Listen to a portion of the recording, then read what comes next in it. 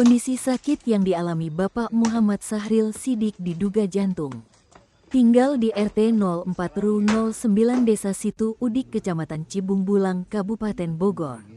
Selama 3 bulan tinggal di kandang ayam karena kondisi miskin dan keluarga tidak mampu untuk membawa berobat. Sangat disayangkan pihak Pemdes Situ Udik mengabaikan warganya yang sangat miskin dan sakit parah sehingga tidak ada yang peduli. Maka sementara para relawan kesehatan yang peduli dengan kondisi Sahril membawa ke basecamp Posko Peduli Kemanusiaan Yayasan Sahabat Al-Quran dan Yayasan PAIS membantu kondisi Pak Sahril, membawa berobat ke RSUD Marzuki Mahdi, Kota Bogor. Selama 2 hari melakukan pengecekan oleh warga Pak Sahril yang disangka gila oleh masyarakat sekitar rumahnya karena sering menangis dan jerit-jerit. Padahal kondisi Sahril tinggal di kandang ayam, setiap hujan kebocoran dan kedinginan. Sering kelaparan karena tidak ada yang memberi makanan. Keluarga miskin Pak Sahril membawa masalah besar karena tidak ada biaya untuk berobat. Bahkan kakak kandung dan adik-adik Pak Sahril tidak peduli.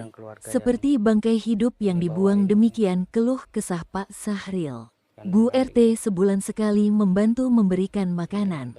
Hanya sebulan sekali. Maka kondisi lapar yang parah sering dialami Sahril. Atas dasar kemanusiaan, pihak media Jejak Kasus Grup menjenguk Pak Sahril dan silaturahmi ke pihak relawan.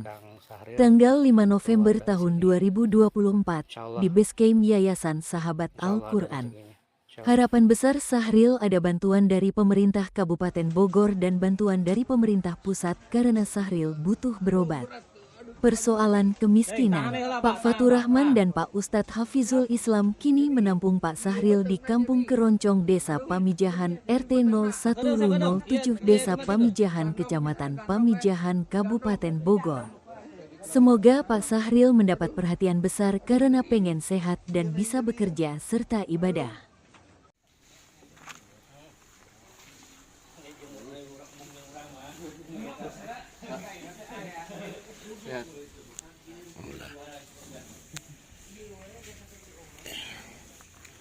Yayasan Kepedulian Masyarakat. Iya, Yayasan Posko Peduli Kemanusiaan Sahabat Al-Quran.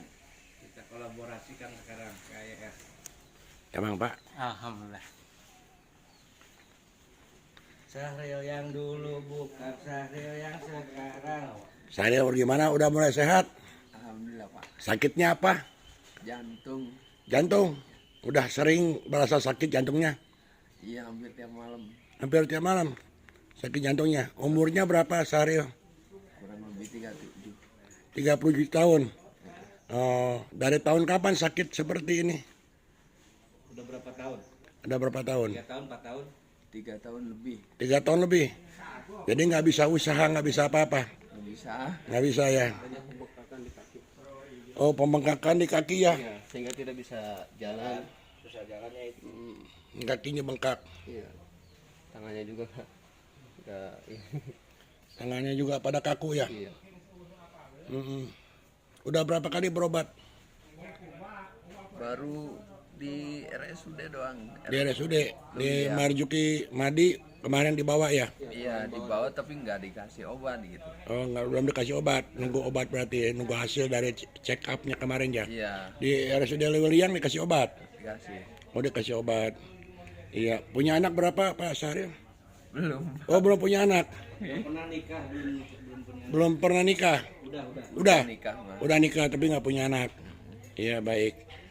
Pak Fatur Rahman, Siap. ya izin mohon informasi Ya. terhadap pasien yang sakit bernama Pak Sahril ini, asal usulnya dan awalnya bagaimana? Awalnya sih sekitar 3 minggu lalu lah saya dapat informasi dari teman, cuman saya kurang tanggapi karena saya juga lagi ngurus ibu. Terus seminggu kedua saya datengin, ternyata betul beliau tinggalnya di kandang ayam. Oh, Pak Sahril ini sempat tinggal di kandang ayam? Tinggal di kandang ayam kurang lebih 3 bulanan lah. 3 bulan tinggal di kandang ayam? 3 bulan tinggal di kandang ayam dengan baju yang sama selama 3 bulan. nggak ada yang urus, nggak ada yang nggak mandiin. boro-boro mandiin. Bahkan Jadi- kita kemarin mandiin aja kurang lebih adalah 1 onma dakinya. Oh gitu ya. Kenapa sampai tidak ada yang merhatiin baik dari pihak desa ataupun RT atau RW? Kalau dia dari pihak RT sebenarnya tahu, dia udah ngasih makan juga sama beliau, cuman dia nggak laporan ke Pemdes. Oh tidak laporan ke Laporan Pemdes. Pemdes tahunya setelah saya datang, hari kedua saya komunikasi sama Pemdes, Pak Kadesnya turun, cuman nggak ada tindak lanjut, belum ada tindak lanjut. Karena daripada kelamaan beliau ini di kandang ayam, yang saya lihat kan sisi kemanusiaannya. Udah 3 bulan dia di situ dengan hujan angin segala macam, tambah lagi saya udah tahu 2 hari, saya nggak bisa.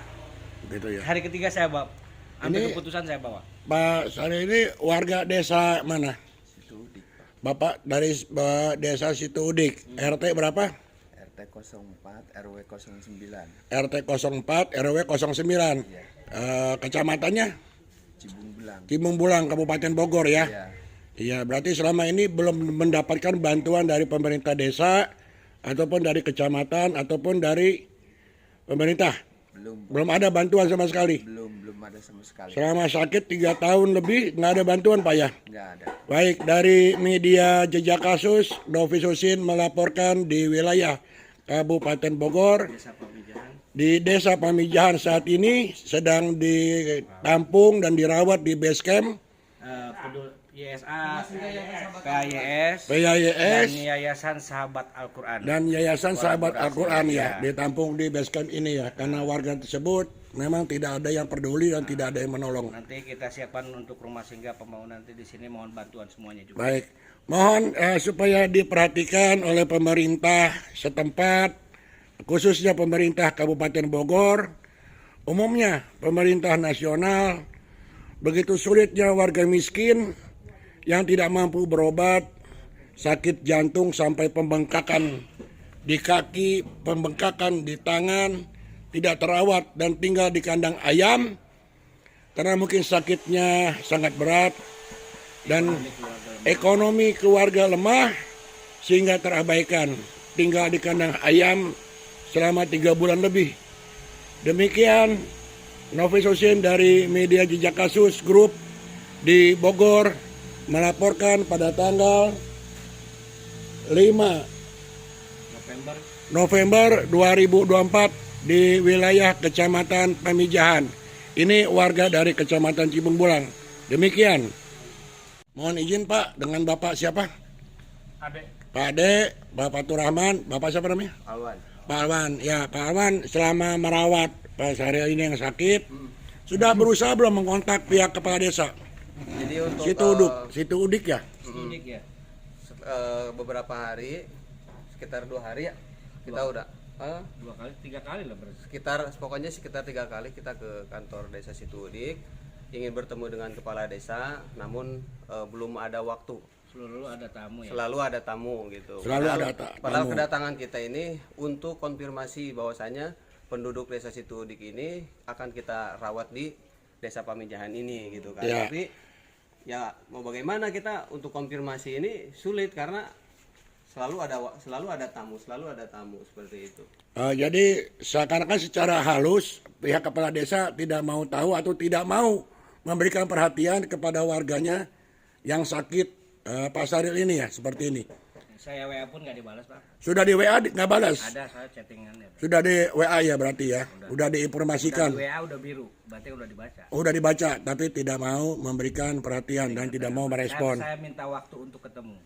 Begitu, baik. Jadi baik. memang untuk pas pertama pembawa Bang Syahril ini ketika ke Marjuki memang mungkin beliau juga udah mengetahui gitu kan, bahkan istilahnya dari tim mereka juga ada yang konfirmasi kepada kepala desa. Iya. Namun kan kita ingin ngobrol langsung gitu kan, dan mungkin kepala desa pun tidak tahu kalau Syahril ini udah kita evakuasi ke base camp kita Base ini camp, gitu. iya. Tapi kalau secara lihat status WA saya yakin dia udah tahu.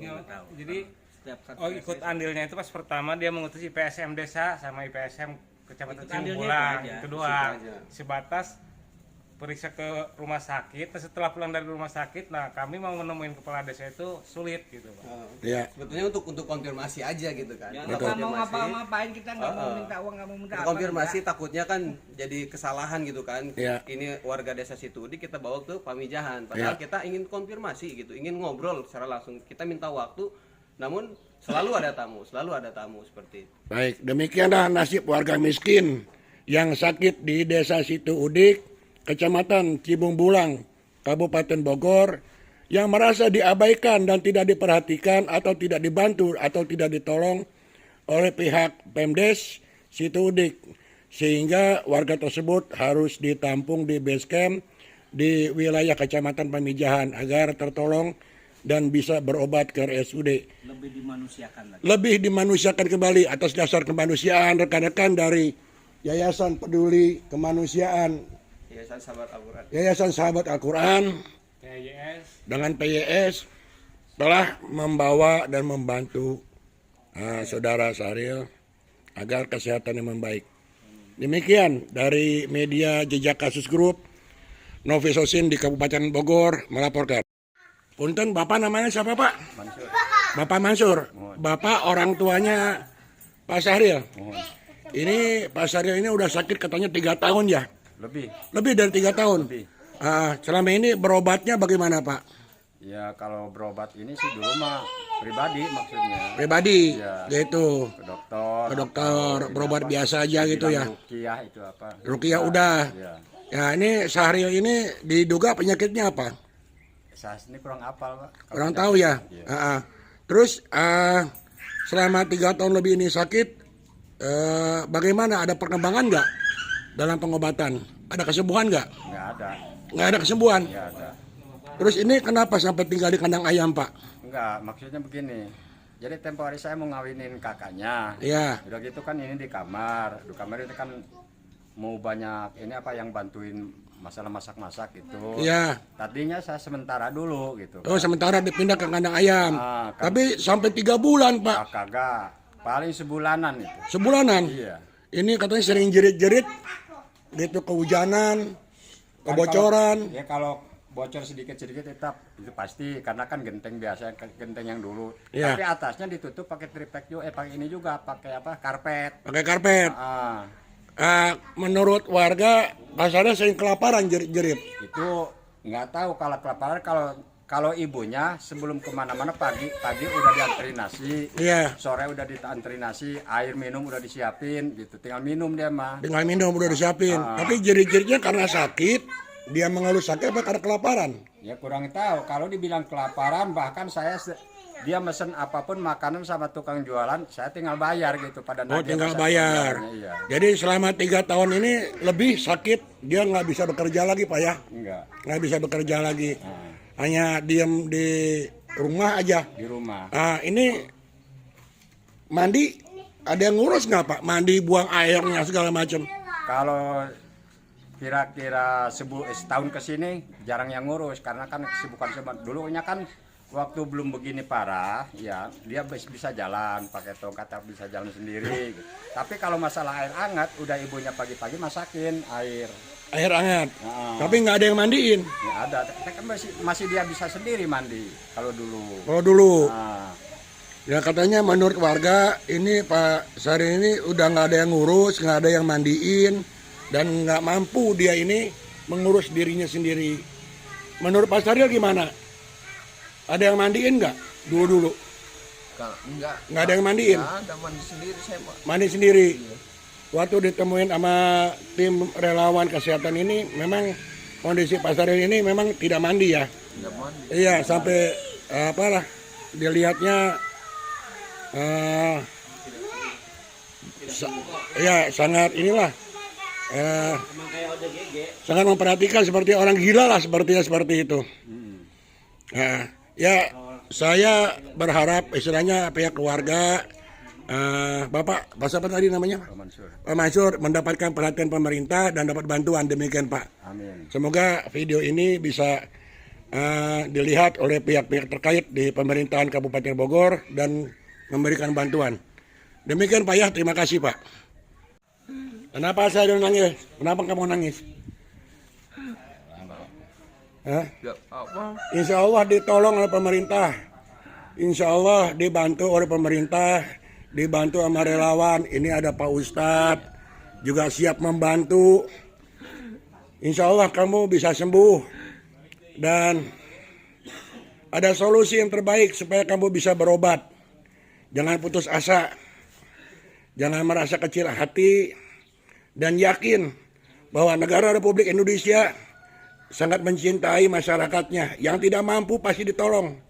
Jangan kecil hati, jangan putus asa. Kami pun dari pihak media akan terus berjuang memberikan informasi agar Pak Sahril dibantu oleh tim yang ahli dari rumah sakit ataupun dari Dinas Kesehatan, dari pemerintah Kabupaten Bogor, pemerintah Provinsi Jawa Barat, dan pemerintah pusat Republik Indonesia. Jangan putus asa. Harus semangat dan harus bisa meyakini bahwa masih ada warga masyarakat yang baik yang peduli kepada kamu. Ya, harus yakin. Jangan putus asa ya.